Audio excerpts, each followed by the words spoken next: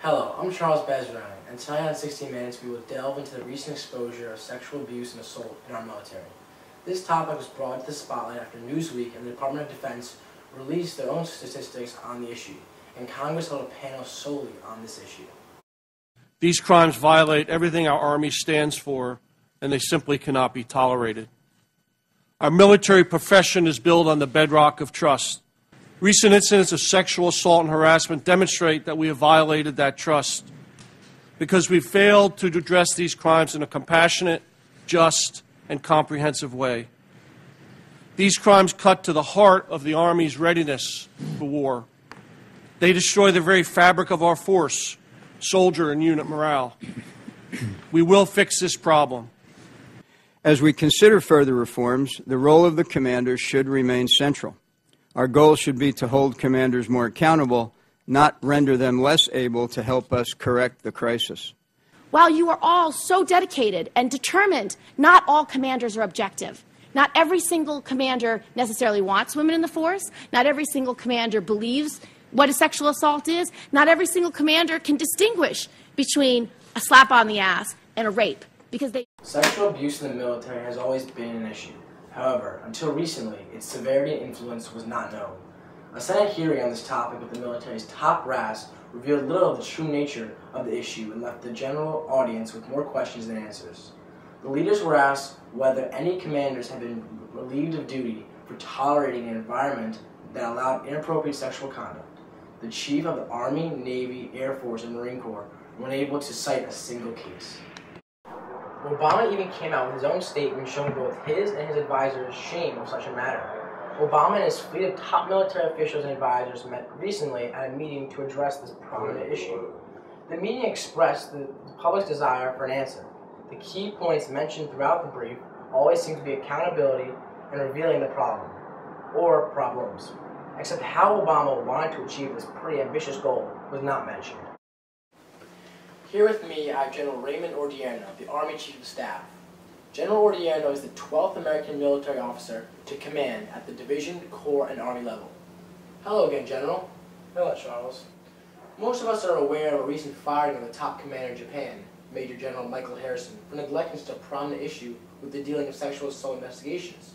Could you tell us why, as Chief of Staff, you chose to fire him? The evidence was clear that he was not fulfilling his job for looking out for the interests of justice and the core values that the U.S. Armed Forces bear. But he was not involved in any of these investigations. No, he was not. Well, let's look back on this topic of sexual misconduct in the military. Incidents like these have occurred before. The Tailhook scandal in '91, the Aberdeen scandal in '96, and the U.S. Air Force Academy scandal in 2003. Something must have failed if these issues have still not been fixed. As Chief of Staff, what are your priorities? As I said before, the U.S. Armed Forces will continue to keep its standards at the highest level. You have to keep in mind that these acts are only committed by a few bad soldiers. General, let me review a fact by Newsweek. Women in the military are more likely to be sexually harassed than killed in battle. What is your take on that? It's shocking, so that's why the military will continue to stick to and raise core values above all. General, the Department of Defense estimates that there are about 19,000 sexual assaults in the military per year. Is that your take on a few soldiers perpetrating these acts? It is an issue that we have to address. Lastly, Jeffrey Kuczynski, ironically the officer in charge of the sexual assault program in the Air Force, was arrested for sexual battery. What do you think about that? I'm not shocked. So what's the solution to all this? Sexual assault is better dealt with in the current system, with the victim's commanders as a key part of the process. But isn't that allowing for a heavily biased course of justice? I don't think so. Do you think it's right for a commander to overturn a court's verdict after a court of law has already ruled on it? A huge problem is women and men are being reprimanded by their officers for reporting such activities. The reason they do not report these crimes is because for fear of retaliation. And this is from the bias of the system of justice and that commanders overstepping legal boundaries. Do you think this is right? We have to improve the situation, but the current system will work. Well, thank you. General Odierno offered some valuable advice, but here's 60 Minutes, we like to get down to the bottom of the story. Our next interview is with the esteemed Senator Carl Basmajian, the moderate Republican from New Jersey. Carl offered us insight on the nature of the matter and offers a solution. He also shared a story of Lisa Wilkins, a soldier and a victim. So Senator, what's your stance on this issue? My stance is that the sexual assault investigation should be moved to non-military courts. What would this ensure?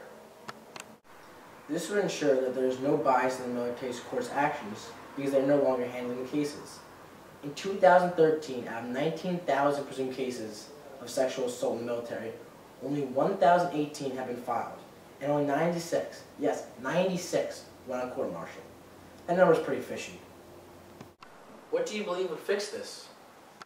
Simply moving the courts outside of the military. This allows for a fair trial guaranteed by our 5th and 14th Amendments. What about these women reporting these atrocities, which is, as you stated before, a very, very small amount? We have to create an environment that tolerates equality. And how would you do that? It looks like we need another panel meeting. Do you think the propositions they created at the recent panel meeting are sufficient? No. I know you want to tell us the story of Lisa Wilkins. Lisa Wilkins was a 22-year-old Air Force enlistee. One night, when she was sleeping, a couple of airmen came into her room, forced themselves on top of her, and raped her. That was the first time she was victimized. The second time was in the weeks that followed, when she was interrogated as if she was the guilty one, as the investigation was botched, as she was warned not to go forward with the charges, and as her attacker was allowed to leave the Air Force without ever seeing the inside of a jail cell. Wilkins looks to the latest revelations about sexual assault in the military, and she is victimized a third time by a military chain of command that hasn't learned from past or from what happened to her 20 years ago. She told me it was a wound that doesn't ever heal. You can't make it feel better, but it didn't take much to rip it, the top off, and there it goes again. The wounds have been reopened recently by a troubling series of events.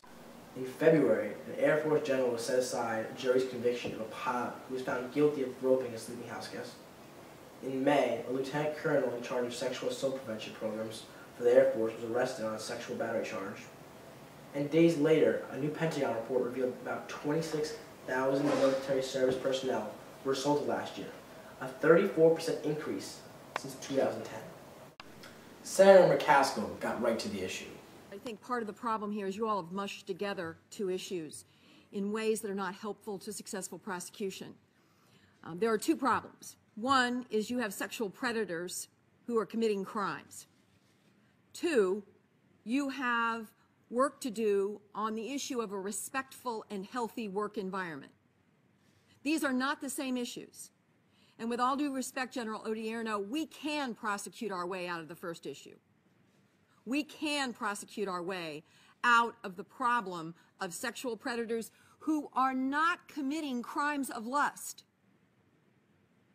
My years of experience in this area tell me they are committing crimes of domination and violence. This isn't about sex. This is about assaultive domination and violence.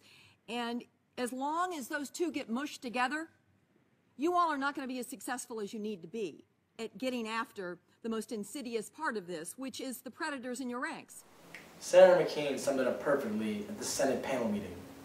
Obviously, we are here today to determine how the Department of Defense can most effectively reduce instances of sexual assault and ensure that offenders are held accountable. Our witnesses have characterized the problem as a crisis and a cancer that threatens the very fabric of our military, and I couldn't agree more. At its core, this is an issue of defending basic human rights, but it's also a long-term threat to the strength of our military, and we have to ask ourselves, if left uncorrected, what impact will this problem have on recruitment and retention of qualified men and women? Just last night, a woman came to me and said her daughter wanted to join in the military, and could I give my unqualified support for her doing so? I could not. I cannot overstate my disgust and disappointment over the continued reports of sexual misconduct in our military. We've been talking about the issue for years, and talk is insufficient. I would remind my colleagues that after the Vietnam War, at the end of the Vietnam War, and after the In the aftermath, there was breakdowns in discipline, there was race riots on aircraft carriers, there was instances of fragging, and there tremendous racial unrest and tensions within our military. We addressed the issue. And now I believe the military is our most effective equal opportunity employer. We must do that in the case of this crisis that we're facing now. Today, we all agree that action has to be taken, and I hope that today's hearing will build on that consensus. General Dempsey, as you stated in your prepared statement, you have endorsed Secretary Hagel's proposed amendments to Article 60. I'm sure that my members of the panel are familiar with it. They would prohibit a convening authority from setting aside the findings of a court-martial except for a narrow group of qualified offenses and require convening authority to explain any sentence reduction in writing. Is there anyone in the panel that disagrees with Secretary Hagel's recommendation? Thank you. General Dempsey, do the services allow individuals with a history of sex-related crimes to enlist or receive a commission to serve? There are currently, in my judgment, Senator, inadequate protections for precluding that from happening. So a sex offender could, in fact, find their way into the armed forces of the United States. And, in fact, there's cases where a conviction wouldn't automatically result in a discharge. Obviously, we have to fix that. You would agree? Absolutely. However, the Senate panel did reveal that situations have been improving in recent years. Durenzi, you've had a long experience with these issues. Is the problem better, worse, or the same? Sir, do you mean sexual assault issues in general? I think the problem is improving. I was a junior officer during Tailhook, and I can tell you that I do not recall the training efforts, the response, the prevention, the attention on our ability to prosecute offenders, reaching down from leadership to the deck plate level at that time. I would tell you that in the time since and now, I see a difference. I see a difference in the leadership. I see a difference in how the judge advocates are trained to respond and support, and I see a tremendous difference in the prevention and response efforts. But you would agree that improvements need to be made? Yes, sir. And we'd be very interested in your support or lack of support of some of the recommendations that we are considering. Yes, sir. And I'd be happy to provide those for the record. Thank you, Mr. Chairman.